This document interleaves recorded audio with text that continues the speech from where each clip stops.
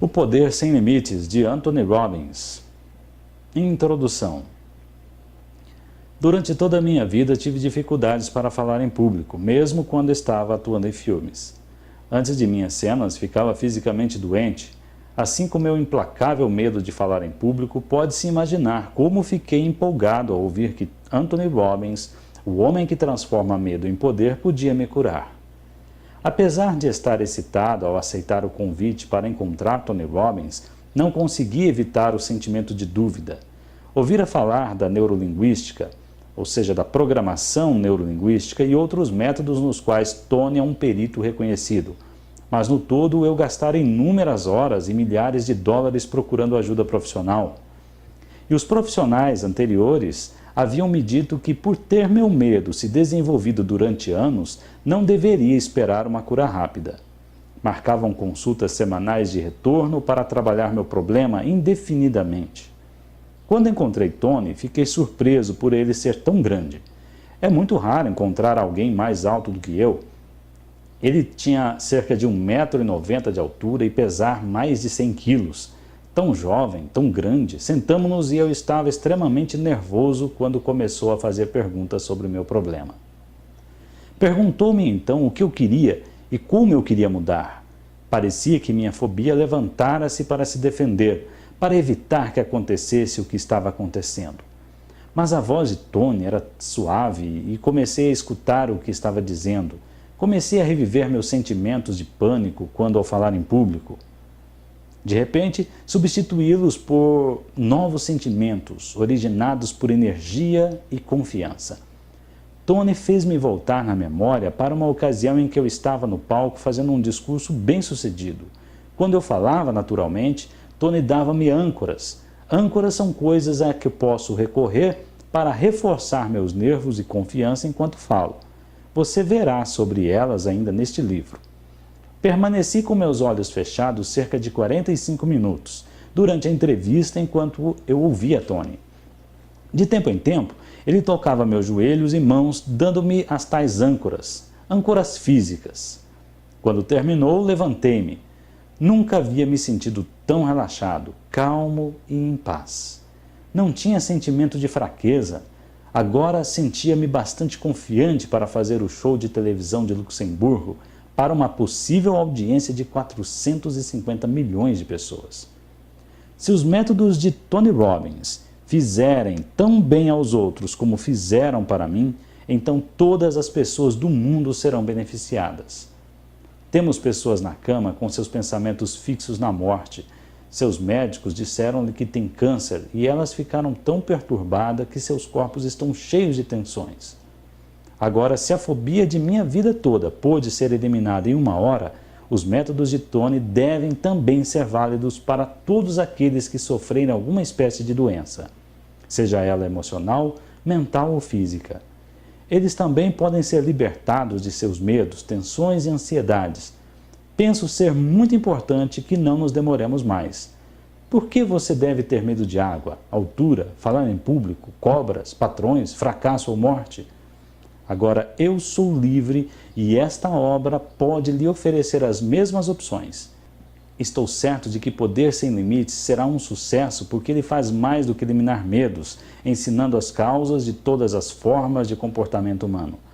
Ao assimilar as informações deste livro, você terá o controle completo de sua mente e corpo, e assim de sua vida. Sir Jason Winters, autor de Killing Cancer. Sucesso. Rir muito e com frequência, ganhar o respeito de pessoas inteligentes e o afeto das crianças. Merecer a consideração de críticos honestos e suportar a traição de falsos amigos.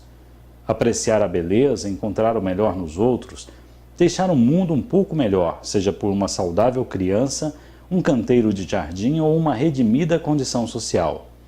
Saber que ao menos uma vida respirou mais fácil porque você existiu, isso é ter tido sucesso. Ralph W. Emerson. Poder Sem Limites, de Anthony Robbins. Parte 1. Modelando a excelência humana. A riqueza dos reis. A grande finalidade da vida não é reconhecimento, mas ação. Thomas Henry Huxley. Durante muitos meses ouvira sobre ele. Diziam que era jovem, saudável, rico, feliz e bem-sucedido. Eu tinha de ver por mim mesmo. Olhei-o bem de perto quando saiu do estúdio de televisão e segui-o durante as semanas seguintes, observando como aconselhava a todos, do presidente de um país a uma pessoa com fobia. Vi ele argumentar com dietistas, preparar executivos e trabalhar com atletas e crianças com problemas de aprendizagem. Parecia incrivelmente feliz e muito apaixonado por sua esposa, enquanto viajavam juntos pelo país e por outros países do mundo. E quando terminaram, tomaram um jato de volta a San Diego para passar uns poucos dias no lar com a família, no castelo que contempla o Oceano Pacífico. Como é que esse homem, de apenas 25 anos, com educação de grau secundário, pode ter realizado tanto em tão curto espaço de tempo? Afinal, esse era o rapaz que há somente 3 anos atrás morava em um apartamento de solteiro de 37 metros quadrados e lavava seus sapatos na banheira. Como foi que se transformou de uma pessoa extremamente infeliz, com quase 14 quilos de excesso de peso, amizades difíceis e perspectivas limitadas em uma pessoa realizada, saudável, respeitada por sua individualidade, com grandes amizades e oportunidades para sucesso ilimitado? Tudo parecia tão incrível e, no entanto, o que mais me espantou foi que percebi que ele era eu. A história dele era a minha própria história. Por certo, não estou dizendo que minha vida é o sucesso com o que cada um sonha. É óbvio que todos nós temos diferentes sonhos e ideias sobre o que queremos criar para as nossas vidas. Além do mais, tenho muita certeza de que aquilo que você é, onde vai e o que possui não são a verdadeira medida para o sucesso pessoal. Para mim, sucesso é o processo contínuo do esforço para tornar-se maior. É a oportunidade de continuar crescendo emocional, social, espiritual, fisiológica, intelectual e financeiramente, enquanto se contribui de alguma forma positiva para os outros. A estrada do sucesso está sempre em construção. É um caminho que avança, não um fim a ser alcançado. O objetivo de minha história é simples. Aplicando os princípios que você aprenderá neste livro, fui capaz de mudar não só a maneira como me sentia a meu respeito, como também os resultados que estava conseguindo em minha vida. E consegui fazer isso de uma maneira maior e mensurável. A finalidade deste livro é compartilhar com vocês a diferença que fez a mudança de minha vida para melhor. Espero com sinceridade que as técnicas, estratégias, práticas e filosofias ensinadas nessas páginas sejam tão eficientes para você como foram para mim. O poder de transformar magicamente nossas vidas nos nossos maiores sonhos permanece aguardando dentro de nós, e é a hora de liberá-los. Quando olho para a decisão por meio da qual pude tornar meus sonhos em minha vida atual, não posso deixar de sentir um quase inacreditável sentimento de gratidão a respeito. No entanto, com certeza estou longe de ser o único. O fato é que vivemos numa época onde muitas pessoas são capazes de conseguir coisas maravilhosas quase do dia para a noite, de alcançar sucessos que seriam inimagináveis tempos atrás.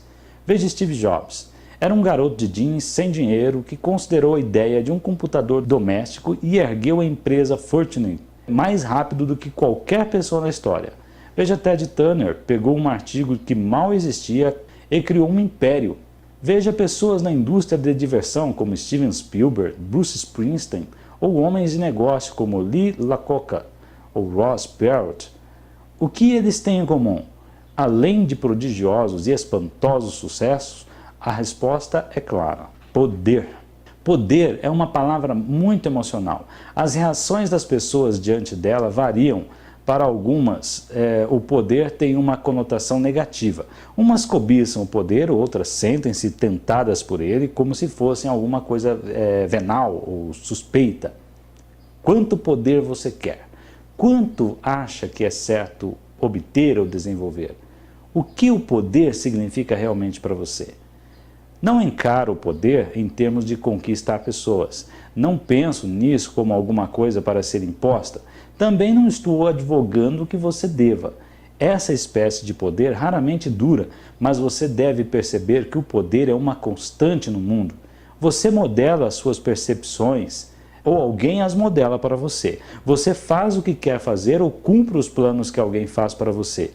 Para mim, o poder supremo é a habilidade de produzir os resultados que mais deseja e criar valores para os outros no processo. Poder é a habilidade de mudar sua vida, de dar uma forma às suas percepções, fazer com que as coisas trabalhem a seu favor e não contra você. O poder verdadeiro é compartilhado, não imposto. É a habilidade de definir as necessidades humanas e resolvê-las, tanto as suas como as das pessoas que lhe são caras. É a habilidade de dirigir seu próprio reino pessoal, seu processo de pensamento, seu comportamento. Assim você consegue, com compreensão, com precisão, os resultados que deseja. Através da história, o poder de controlar nossas vidas tornou muitas formas diferentes e contraditórias. Nos tempos primitivos, poder era simplesmente uma questão de fisiologia. Aquele que fosse mais forte ou mais rápido tinha o poder de dirigir sua própria vida, assim como daqueles à sua volta. Com o desenvolvimento da civilização, o poder resultava da herança. O rei, cercando-se com os símbolos de seu reino, governava com autoridade inconfundível. Outros podiam conseguir poder por sua ligação com ele. Então, no começo da era industrial, capital era poder. Aqueles que tinham acesso a ele dominavam o processo industrial. Todas essas coisas ainda são válidas. É melhor ter capital do que não tê-lo. É melhor ter força física do que não ter. No entanto, hoje uma das maiores fontes de poder é derivada do conhecimento especializado. A maioria de nós já ouviu dizer que estamos vivendo na idade da informação. Já não somos fundamentalmente uma cultura industrial, mas de informação. Vivemos numa época em que novas ideias, movimentos e conceitos mudam o mundo quase que diariamente, quer sejam profundos e de importância, físicos ou mundanos, como um hambúrguer mais bem vendido. Se há alguma coisa que caracteriza o mundo moderno, é a corrente maciça, quase inacreditável, de informação e, pois, tal, de mudança. Essa nova informação vem a nós através de livros, filmes, chips de computador, como uma tempestade de dados para serem vistos, sentidos e ouvidos. Nessa sociedade, aqueles com a informação e os meios de comunicá-la têm aquilo que o rei costumava ter, poder ilimitado. Como John Kennedy escreveu certa vez, dinheiro é o combustível da sociedade industrial. Mas na sociedade da informática, o combustível, o poder, é o conhecimento. Vê-se agora a estrutura de uma nova classe dividida entre aqueles que têm informação e os que devem atuar na ignorância. Esta nova classe não tem seu poder no dinheiro ou na terra, mas no conhecimento. O que há de notável é que a chave do poder hoje é acessível a todos nós. Nos tempos medievais, se você não fosse o rei, teria grande dificuldade em tornar-se um. Se não tivesse capital no começo da Revolução Industrial, as possibilidades de consegui-lo eram, na verdade, muito poucas. Mas hoje, qualquer rapaz de jeans pode criar uma corporação que possa mudar o mundo. No mundo moderno, informação é a riqueza dos reis. Aqueles que têm acesso a certas formas de conhecimento especializado podem se transformar e, de muitas maneiras, transformar também o mundo inteiro. É certo que nos Estados Unidos as espécies de conhecimento especializado necessárias para transformar a qualidade de nossas vidas são acessíveis a todos. Estão em cada livraria, lojas de vídeo, bibliotecas, podemos obtê-las em conferências, seminários e cursos. E todos nós queremos ter êxito. As listas de best-sellers estão cheias de obras de conselhos para o desenvolvimento pessoal. A informação está lá. Por que então algumas pessoas conseguem resultados fabulosos enquanto outras só passam perto? Por que não somos todos capacitados, felizes, ricos, saudáveis e bem-sucedidos? A verdade é que mesmo na era da informação, só isso não é suficiente. Se tudo de que precisamos fossem ideias e pensamentos positivos, então todos teríamos tido pôneis quando crianças e estaríamos vivendo nossos sonhos agora. Todo grande sucesso está relacionado com a ação. É a ação que produz resultados. O conhecimento é somente um poder potencial, até que chegue às mãos de alguém que saiba como transformá-lo em ação efetiva. Na verdade, a definição literal da palavra poder é a habilidade de agir. O que fazemos na vida é determinado pelo que comunicamos a nós mesmos. No mundo moderno, a qualidade de vida é a qualidade de comunicação. O que imaginamos e dizemos para nós mesmos, como movemos e usamos músculos de nossos corpos e expressões faciais, determinarão quanto usaremos do que conhecemos. Com frequência, ao ver pessoas muito bem-sucedidas, caímos na armadilha mental de pensar que elas estão onde estão por terem algum dom especial. No entanto, uma observação maior mostrará que o maior dom que as pessoas excepcionalmente bem-sucedidas têm em relação às pessoas comuns é a sua habilidade de agir. Todos nós produzimos duas formas de comunicação com as quais elaboramos a experiência de nossas vidas. A primeira, as comunicações internas, que são as coisas que imaginamos, dizemos, sentimos dentro de nós mesmos. A segunda são as denominadas comunicações externas, expressas por palavras, tonalidades, expressões faciais, postura de corpo e ações físicas, que usamos para nos comunicarmos com o mundo. Toda comunicação que fazemos é uma ação, uma causa posta em movimento, e todas as comunicações têm alguma espécie de efeito em nós mesmos e nos outros. O Poder Sem Limites, de Anthony Robbins. Comunicação é poder. Aqueles que dominam seu uso afetivo podem mudar sua própria experiência do mundo e as experiências do mundo sobre si mesmos. Todo comportamento e sentimento encontram suas raízes originais em alguma forma de comunicação. Aqueles que afetam os pensamentos, sentimentos e ações da maioria de nós são aqueles que sabem como usar esse instrumento de poder. Pense nas pessoas que mudaram nosso mundo. John F. Kennedy, Thomas Jefferson, Martin Luther King, Franklin Delano Roosevelt, Winston Churchill, Mahatma Gandhi e, de uma forma aterradora, pense em Adolf Hitler. O que esses homens têm em comum é que foram mestres comunicadores. Eram capazes de pegar suas visões, quer fossem transportar pessoas no espaço ou criar um odioso Terceiro Reich, e comunicá-las aos outros com tanta coerência que influenciaram as maneiras de agir e pensar das massas. Através do seu poder de comunicação, eles mudaram o mundo. Na verdade, não é isso também que os destaca dos outros? Por exemplo, Steven Spielberg, Bruce Springsteen, Jeremy Fonda ou Ronald Reagan. Não são eles mestres da comunicação ou influências humanas? O meio que essas pessoas usam para mudar nossas comunicações é o mesmo que usamos para nos mudar. Seu nível de domínio da comunicação no mundo exterior determinará seu nível de sucesso com os outros. Seja essa comunicação pessoal, emocional, social ou financeira. Mais importante ainda, o nível de sucesso que você experimenta internamente, felicidade, alegria, êxtase, amor ou qualquer outra coisa que deseje, é o resultado direto de como você se comunica consigo mesmo. Como você se sente não é o resultado do que está acontecendo em sua vida, é a sua interpretação do que está acontecendo em sua vida. A vida de pessoas de sucesso tem nos mostrado que a qualidade de nossas vidas não é determinada pelo que nos está acontecendo, mas pelo que fazemos com o que acontece. É você quem decide como se sentir ou agir, baseado nas maneiras que escolheu para perceber sua vida. Nada tem qualquer significado exceto aquele que nós lhe damos. A maioria de nós já tem esse processo de interpretação automático, mas podemos retirar esse poder e logo mudar nossa experiência do mundo. Este livro é sobre como juntar as espécies de ações maciças, centralizadas, coerentes, que levam a resultados impressivos. De modo, se tivesse que dizer a você em 2 palavras o que é este livro, eu diria: produzir resultados. Pense sobre isso. Não é nisso que você está interessado? Talvez você queira mudar o modo como pensa sobre si mesmo ou o seu mundo.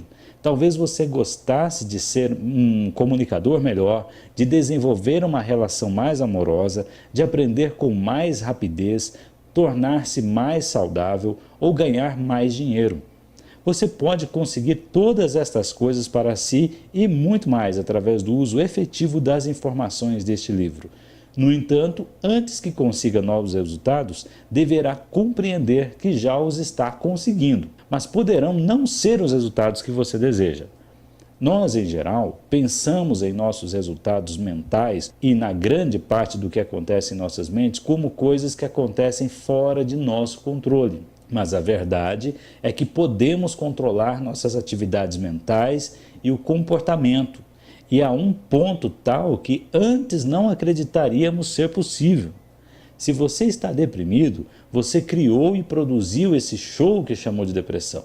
Mas se estiver eufórico, você também criou isso. É importante lembrar que emoções como a depressão não acometem você. Não se pega a depressão, você a cria, como qualquer outro resultado em sua vida através das ações específicas mentais e físicas. Para ficar deprimido, você tem de olhar sua vida de maneira específica, tem de dizer certas coisas para si mesmo, nos tons exatos de voz, tem de adotar uma postura específica e um modo de respirar. Por exemplo, se você quiser ficar deprimido, ajudará muito deixar cair os ombros e olhar para baixo.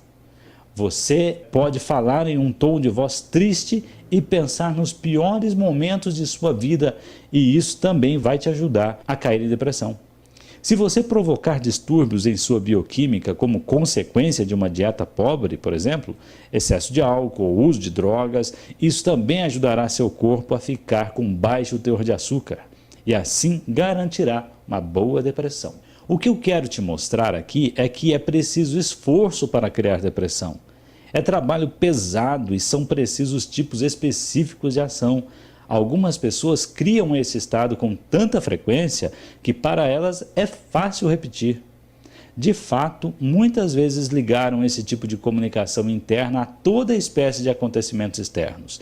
Algumas conseguem tantos ganhos secundários, atenção dos outros, simpatia, amor e outras coisas, que passam a adotar esse estilo de comunicação como seu estado natural de vida. Outras viveram tanto tempo com isso que agora se sentem bem assim, tornaram-se identificados com o estado. Podemos, no entanto, mudar essas ações mentais e físicas e, com isso, mudar imediatamente nossas emoções e comportamentos.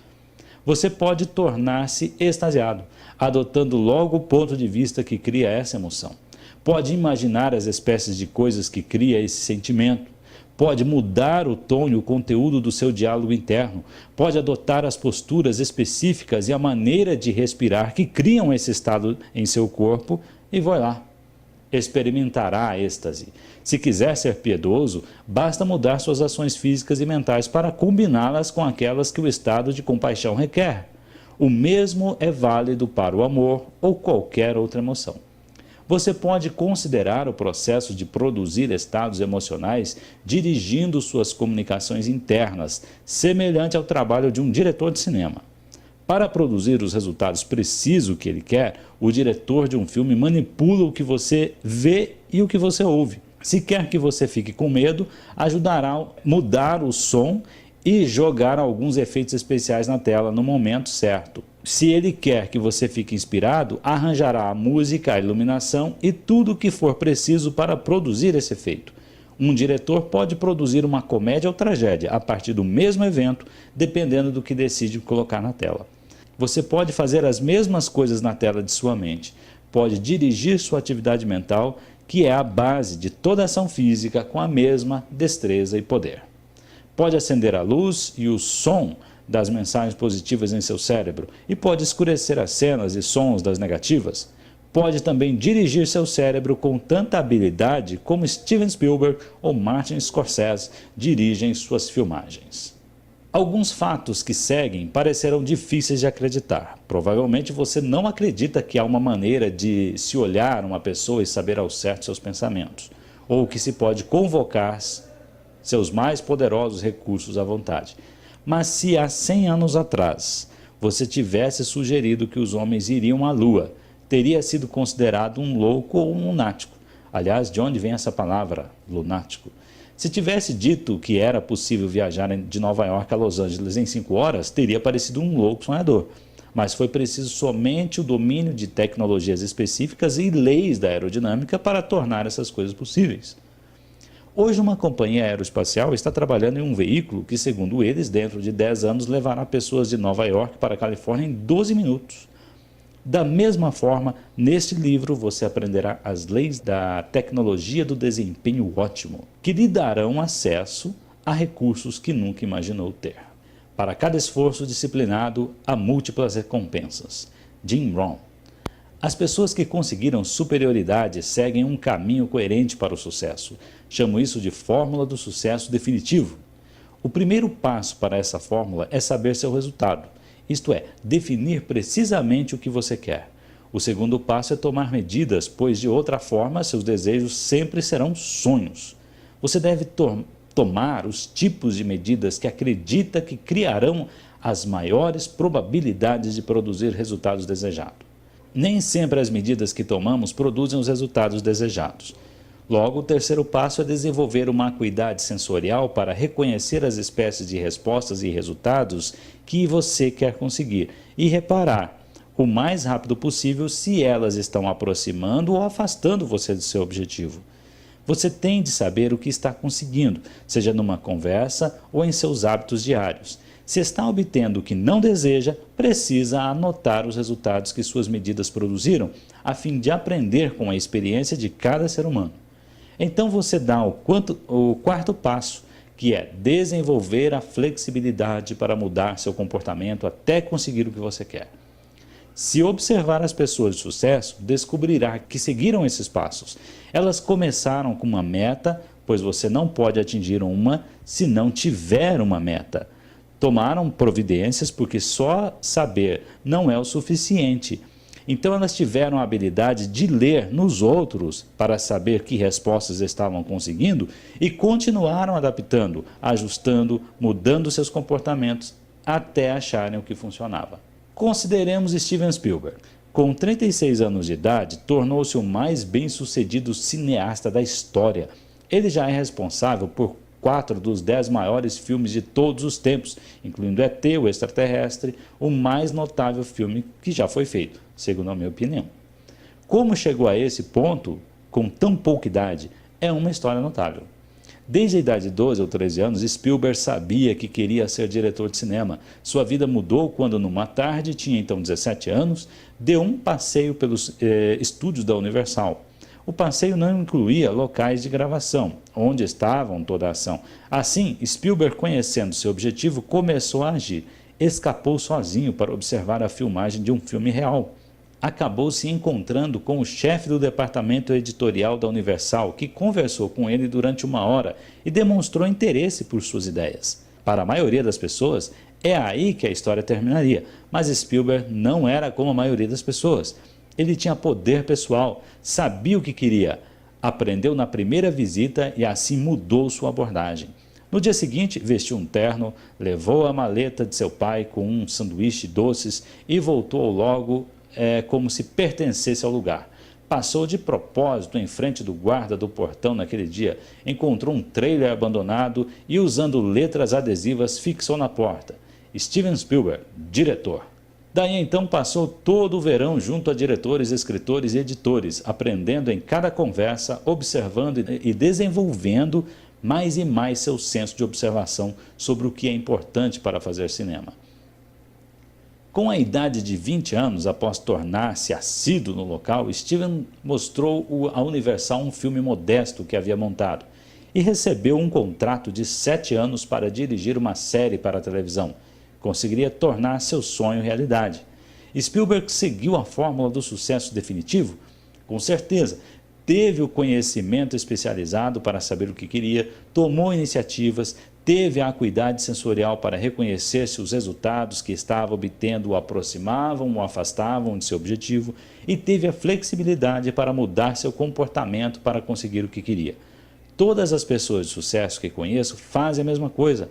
Aqueles que conseguem estão empenhados em mudar e em ser flexíveis até criarem a vida que desejam. Considere a reitora Barbara Black, da Columbia University School of Law, essa faculdade de Direito da Universidade de Columbia, nos Estados Unidos, que sonhou ser um dia reitora.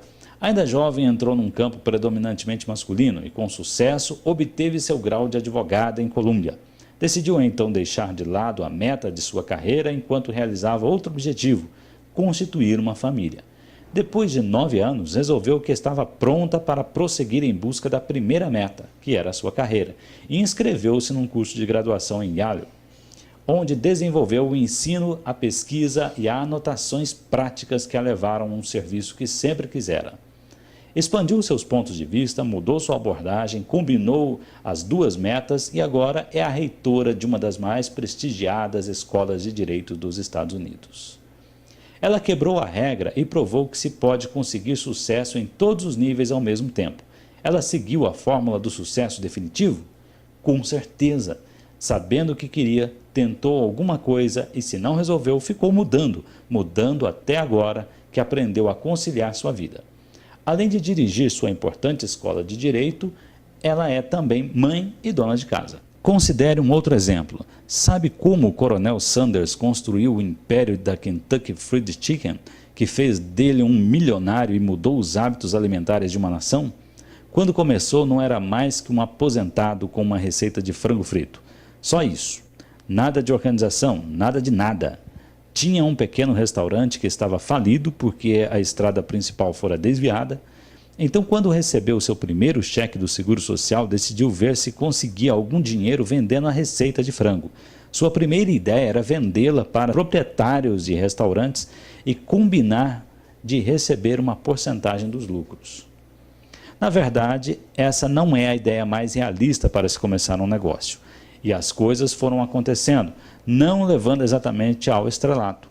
Rodou o país todo, dormindo em seu carro, tentando encontrar alguém que o ajudasse. Batendo em todas as portas, foi rejeitado 1009 vezes. Então aconteceu uma coisa milagrosa. Alguém disse sim. O coronel estava no negócio. Quanta gente tem uma nova receita? Quantos têm o poder físico e o carisma de um velho corpulento num terno branco? O Coronel Sanders fez uma fortuna por ter a habilidade de tomar iniciativas e bem determinadas. Teve o poder pessoal necessário para conseguir os resultados que mais desejava.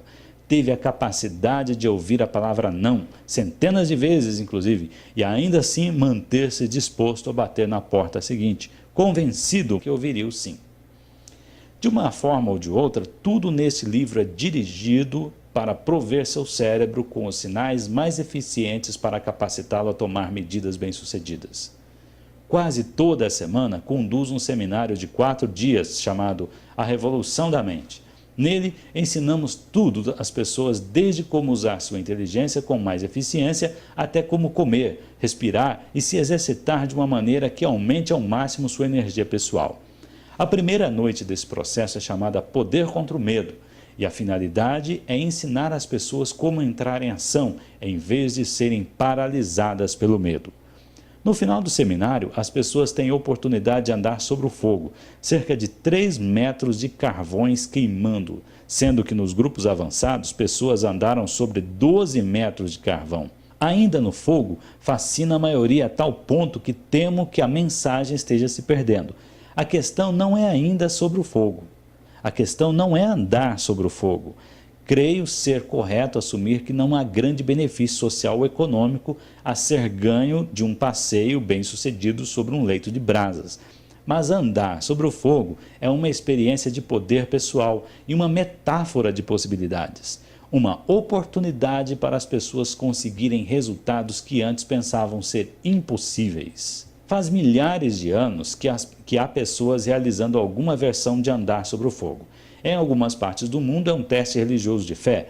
Quando conduz um passeio sobre o fogo, não é por experiência religiosa, no sentido convencional, mas uma experiência de crença, porque ensina as pessoas, no sentido mais autêntico, que elas podem mudar, podem crescer, esticar-se, fazer coisas que nunca pensaram ser possíveis, que seus maiores medos e limitações são autoimpostos. A única diferença entre você poder ou não andar sobre brasas é a sua capacidade de comunicar-se consigo mesmo, de uma forma que o faça agir, apesar de toda a sua programação passada de medo do que poderia lhe acontecer. A lição é que as pessoas podem fazer virtualmente qualquer coisa, desde que reúnam os meios para acreditar que podem e tomem as medidas efetivas. Tudo isso leva a um fato simples e irrefutável: sucesso não é um acidente. A diferença entre pessoas que conseguem resultados positivos e aquelas que não conseguem não é um tipo de acaso, como o rolar dos dados, por exemplo. Há padrões consistentes e lógicos de ação, caminhos específicos para a superioridade que estão ao alcance de todos nós. Todos podemos liberar a magia que há dentro de nós. Só temos de aprender como mudar e usar nossa mente e nosso corpo da maneira mais eficiente e vantajosa. Já imaginou o que Spielberg ou Springsteen possam ter em comum? O que John Kennedy ou Martin Luther King compartilharam que os tornaram capazes de atingir tantas pessoas de uma forma tão profunda e emocional? O que separa um Ted Turner e uma Tina Turner das massas? E um Peter Rose ou um Ronald Reagan? Todos eles foram capazes de agir com firmeza, tendo em vista a realização de seus sonhos.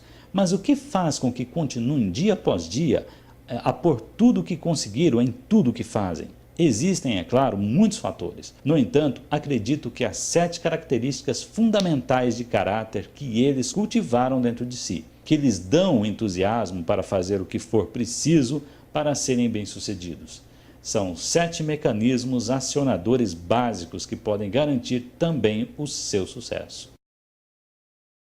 Característica número 1. Paixão. Todas essas pessoas descobriram uma razão, um motivo que é consumador, energizante, quase obsessivo, que os levou a fazer a crescer, a tornarem-se maiores. Isso lhes dá muito estímulo para reforçar a busca do sucesso e faz com que liberem seu verdadeiro potencial. É paixão o que faz um Pete Rose sempre mergulhar de cabeça na segunda base, como se fosse um principiante disputando sua primeira partida na primeira divisão. É paixão que separa as ações de um Lee Iacocca de tantos outros. É paixão que dirige os cientistas de computadores através de anos de dedicação para criarem a espécie de um conhecimento técnico que colocou homens e mulheres no espaço exterior e os trouxe de volta. É paixão que faz com que as pessoas deitem tarde e levantem cedo. É paixão o que as pessoas querem em seus relacionamentos. Paixão da vida, dá poder, interesse e significado. Não há superioridade sem uma grande paixão, quer que seja a inspiração de um atleta, um artista, um cientista, um pai ou um executivo. Descobriremos como liberar essa força interna pelo poder das metas no capítulo 11 desse livro. Característica número 2. Crença. Todo livro religioso fala sobre o poder e o efeito da fé e da crença na humanidade. As pessoas bem-sucedidas diferem uma escala muito maior em suas crenças daquelas que falham. Nossas crenças sobre o que somos e o que podemos ser determinam precisamente o que seremos. Se acreditamos em magia, viveremos uma vida mágica. Se acreditamos que nossa vida é definida por limites estreitos, de repente transformaremos esses limites em realidade. O que acreditamos ser verdade, o que acreditamos ser possível, torna-se verdade, torna-se possível. Este livro lhe indicará um meio específico, científico, para mudar logo suas crenças, a fim de que elas o ajudem na realização de suas metas mais desejadas. Muitas pessoas são impetuosas, mas devido às suas crenças limitadas sobre quem são e o que podem fazer, nunca agem de forma a tornar seus sonhos uma realidade. Pessoas bem-sucedidas sabem o que querem e acreditam que conseguirão. Aprenderemos sobre o que são crenças e como usá-las no capítulo 4 e 5 deste livro. Paixão e crença ajudam a conseguir o estímulo, a propulsão em direção à excelência. Mas só propulsão não é suficiente. Se fosse, bastava pôr combustível em um foguete e mandá-lo voando às cegas para os céus. Além desse poder, precisamos de um caminho, um senso inteligente de progressão lógica. Para conseguirmos atingir nosso alvo, precisamos do que vem a seguir. Característica número 3. Estratégia. Estratégia é um meio de organizar recursos. Quando Steven Spielberg decidiu tornar-se um cineasta, planejou um caminho que o levaria ao mundo que queria conquistar. Calculou o que queria aprender, quem precisava conhecer e o que precisava fazer. Ele tinha paixão e crença, mas também tinha estratégia que fez com que essas coisas produzissem o seu maior potencial. Ronald Reagan desenvolveu outras estratégias de comunicação que usou em uma base sólida para produzir os resultados que ele desejava. Todo grande apresentador, político, pai ou patrão sabe que não é suficiente ter os recursos para ser bem-sucedido. Deve-se usar esses recursos de maneira mais efetiva. Estratégia é o reconhecimento de que os melhores talentos e ambições também precisam encontrar o caminho certo. Você pode abrir uma porta colocando-a abaixo, a pontapés, ou pode encontrar a chave que abre e a deixa intacta. Aprenderemos sobre as estratégias que conduzem à excelência nos capítulos 7 e 8. Característica número 4. Clareza de valores. Quando pensamos nas coisas que tornaram grandes os Estados Unidos, lembramos dos sentimentos de patriotismo e orgulho, de tolerância e um amor pela liberdade. Essas coisas são valores e o julgamento fundamental, ético, moral e prático que fazemos sobre o que é importante, o que realmente importa. Valores são sistemas específicos de crenças que temos sobre o que é certo ou errado para as nossas vidas. São julgamentos que fazemos sobre o que torna a vida digna de ser vivida. Muitas pessoas não têm uma ideia clara do que seja importante para elas. Muitas vezes, os indivíduos fazem coisas que depois os tornam infelizes consigo mesmos, só porque não são lúcidos sobre o que inconscientemente acreditam ser certo para eles e os outros. Pense em Ronald Reagan, John Kennedy, Martin Luther King, John Wayne, Jane Fonda. Todos eles tinham visões diferentes, mas o que têm em comum um com o outro é uma base moral fundamental, um sentido de quem são e por que fazem o que fazem. Uma compreensão de valores é uma das mais gratificantes e desafiadoras chaves para se conseguir a excelência. Consideraremos os valores no capítulo 18. Como você deve ter reparado, todas essas características se apoiam e se entrelaçam em umas às outras. A paixão é afetada por crenças. Quando mais acreditamos que podemos realizar alguma coisa, mais estamos querendo investir em sua realização. A crença, por si só, é suficiente para conseguir excelência? É um bom começo, mas se você acredita que irá assistir ao nascer do sol e sua estratégia para realizar nossa meta é começar a correr para o oeste, você poderá ter alguma dificuldade. Nossas estratégias para o sucesso são afetadas por nossos valores. Se sua estratégia para o sucesso exige que faça coisas que não combinam com suas crenças inconscientes sobre o que é certo ou errado para a sua vida, então nem mesmo a melhor estratégia dará resultado. Vê-se isso com frequência em indivíduos que nem bem começam a ser bem-sucedidos, terminam sabotando o próprio sucesso. O problema é que há um conflito interno entre os valores do indivíduo e sua estratégia para a realização. Característica número 5. Energia. Energia pode ser o formidável e alegre desempenho de um Bruce Springsteen ou uma Tina Turner. Pode ser o dinamismo empresarial de Donald Trump ou Steve Jobs. Pode ser a vitalidade de um Ronald Reagan ou uma Katharine Hepburn. É quase impossível ficar marcando passo com vagar em direção à excelência. Pessoas de excelência pegam as oportunidades e modelam-nas. Vivem obcecadas pela extraordinária oportunidade que cada dia oferece. Há muitas pessoas neste mundo que têm uma paixão na qual acreditam. Elas reconhecem a estratégia e seus valores estão alinhados, mas não têm a vitalidade física para agir naquilo que sabem. O grande sucesso é inseparável da energia física, intelectual e espiritual que nos permite obter quase tudo o que temos. Nos capítulos 9 e 10 aprenderemos e aplicaremos os instrumentos que podem, de imediato, aumentar a vibração física. Característica número 6. Poder de união.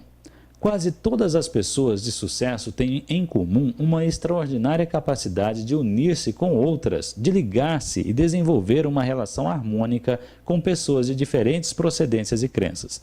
É claro que há o gênio louco ocasional que inventa alguma coisa que muda o mundo. Mas se o gênio passa todo o seu tempo só, no meio da multidão, ele será bem-sucedido num nível, mas falhará em muitos outros. Os grandes sucessos, os Kennedys, os Kings, os Reagan, os Gandhi, têm a capacidade de formar laços que os unem a milhares de outros. O maior sucesso não é no palco do mundo, é nos mais profundos recessos de nosso próprio coração. Bem no fundo, todos precisamos formar laços duradouros e afetuosos com os outros. Sem isso, qualquer sucesso, qualquer excelência é na verdade vazia. Aprenderemos sobre esses laços no capítulo 13.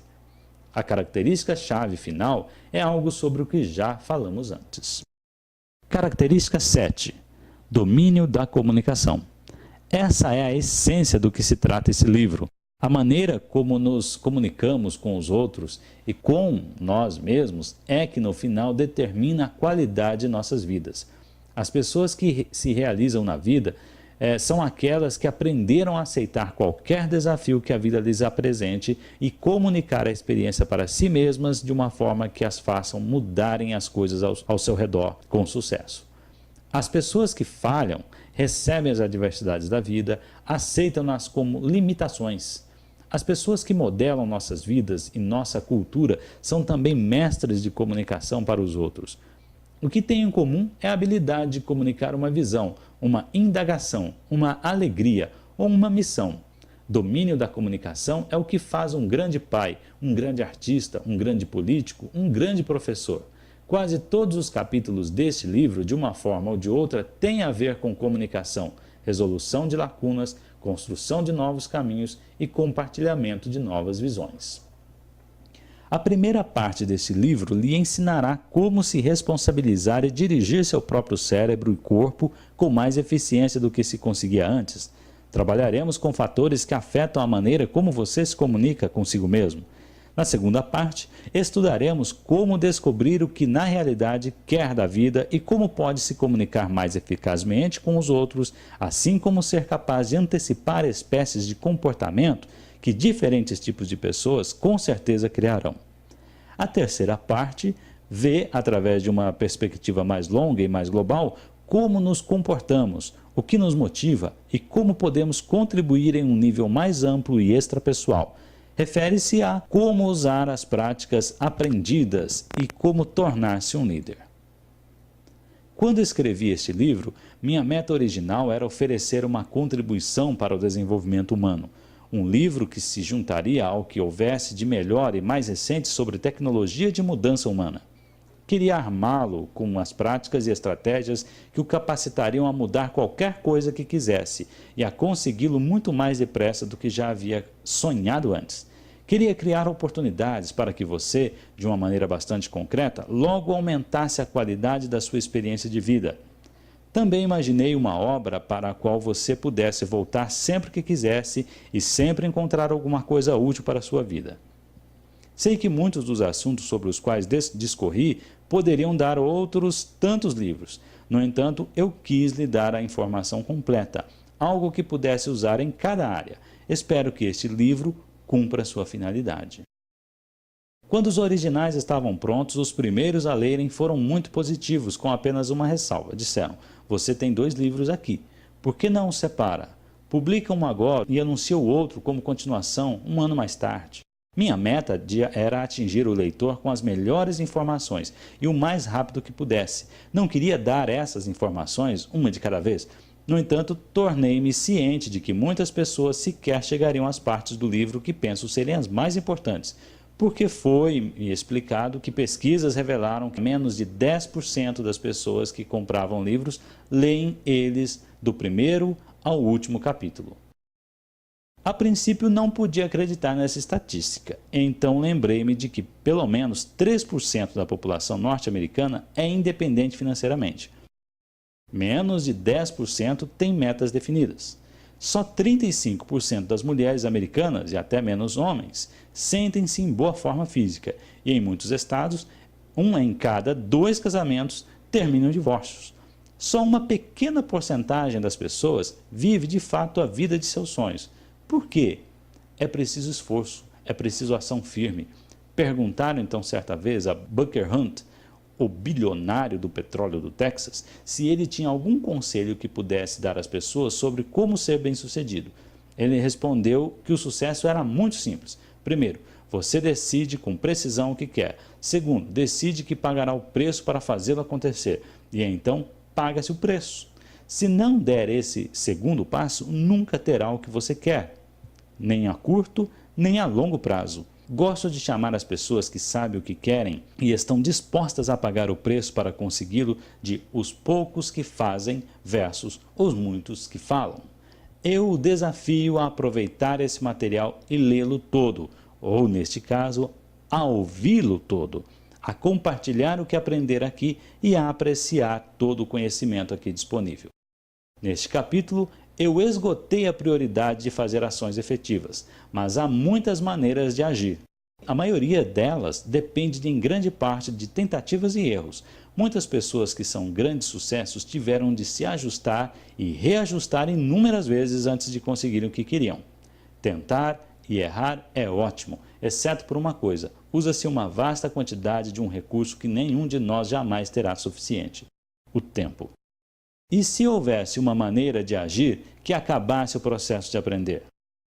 E se eu pudesse mostrar-lhe como aprender as lições certas que as pessoas de excelência já aprenderam? E se você pudesse aprender em minutos o que alguém levou anos para aperfeiçoar? A maneira de se fazer isso é através da modelagem, um meio de produzir com precisão a excelência dos outros. O que eles fazem que os separa daqueles que somente sonham com sucesso? Fim do capítulo 1.